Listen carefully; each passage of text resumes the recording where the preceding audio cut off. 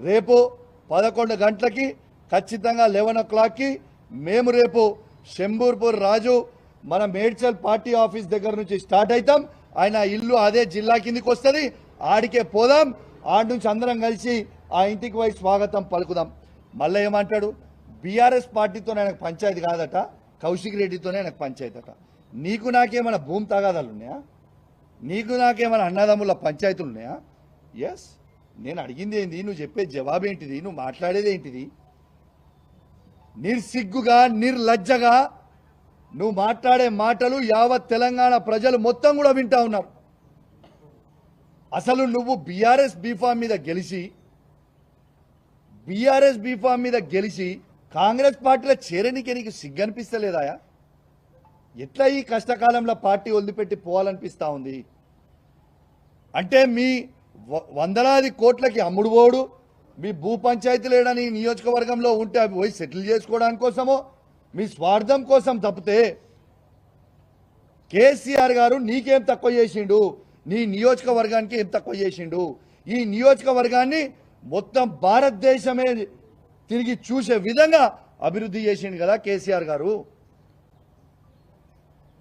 ఇలా ఖచ్చితంగా సరే, నువ్వు ఇంత పెద్ద పెద్ద మాటలు మాట్లాడుతున్నావు కదా, ప్రజాస్వామ్యంలో తన్నుకునుడు గుద్దుకునుడు పెద్ద ఇష్యూ కాదు.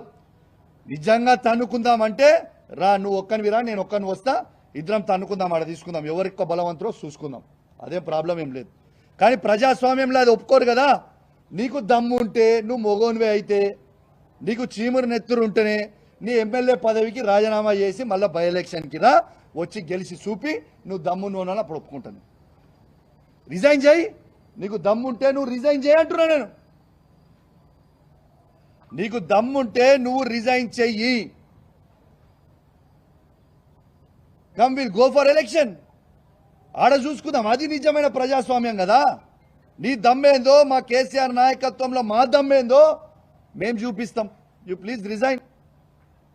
Straight answer. నువ్వేదో తిట్టి డైవర్ట్ చేసి టాపిక్ ఏదో చేద్దామన్నా, ఐ వాంట్ స్ట్రేట్ ఆన్సర్.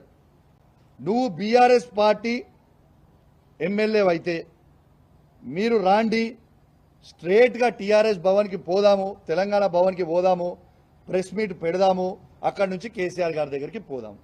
లేదు అంటే నువ్వు కాంగ్రెస్ పోయినవా నువ్వు అనుకుంటే చక్కగా రిజైన్ చేయి, ఎలక్షన్కి పోదాం, నీ దమ్మేందో మా దమ్మేందో చూసుకుందాం. రేపు మాత్రం ఖచ్చితంగా ఇవాళ పోలీస్ నిర్బంధంలో నన్ను ఆపినో, నన్నే కాదు మీడియా వాళ్ళని కూడా లోపల రానియలే, చాలాసేపు మీడియా వాళ్ళని కూడా లోపల రానియలే మీరు. ఇవాళ ఖచ్చితంగా రేపు 11 గంటలకి మేము ఆడి నుంచి బయలుదేరుతాం. ఖచ్చితంగా మీకు చెప్తా ఉన్నాం, గాంధీ గారి ఇంటికి పోతాం. గొడవకు కాదు మేము పోయేది. ఆయన మా బీఆర్ఎస్ పార్టీ ఎమ్మెల్యే అంటుండు కాబట్టి మా షేర్లింగంపల్లి కాన్స్టిట్యున్సీలో ఉన్న బీఆర్ఎస్ కార్యకర్తలు, మా ఉమ్మడి రంగారెడ్డి జిల్లాలో ఉన్న బీఆర్ఎస్ కార్యకర్తలు, జిహెచ్ఎంసీలో ఉన్న బీఆర్ఎస్ కార్యకర్తలు అందరం కూడా ఆడ మీటింగ్ పెట్టుకోవడానికి పోతున్నాం. ఆయనకు స్వాగతం పలికి తెలంగాణ భవన్కి తీసుకొచ్చి మళ్ళా కేసీఆర్ గారి దగ్గరికి తీసుకుపోతామని చెప్పి సందర్భంగా తెలియజేస్తా ఉన్నాను. నువ్వు మాట్లాడిన మాటలకి నేను నీకంటే రెట్టింపు మాట్లాడగలుగుతా, కానీ నీ విజ్ఞతకే ఇచ్చిపెట్టిన నీ యావత్ షేర్లింగంపల్లి ప్రజలందరూ కూడా చూసిర్రు. మైనంపల్లి హనుమంతరావు కూడా అల్వాల్లో మీటింగ్ పెట్టినప్పుడు ఇదే విధంగా కేటీఆర్ గారిని నోటికొచ్చినట్టు దూషించిండు. 50,000 మెజారిటీతో ఓడిపోయిండు.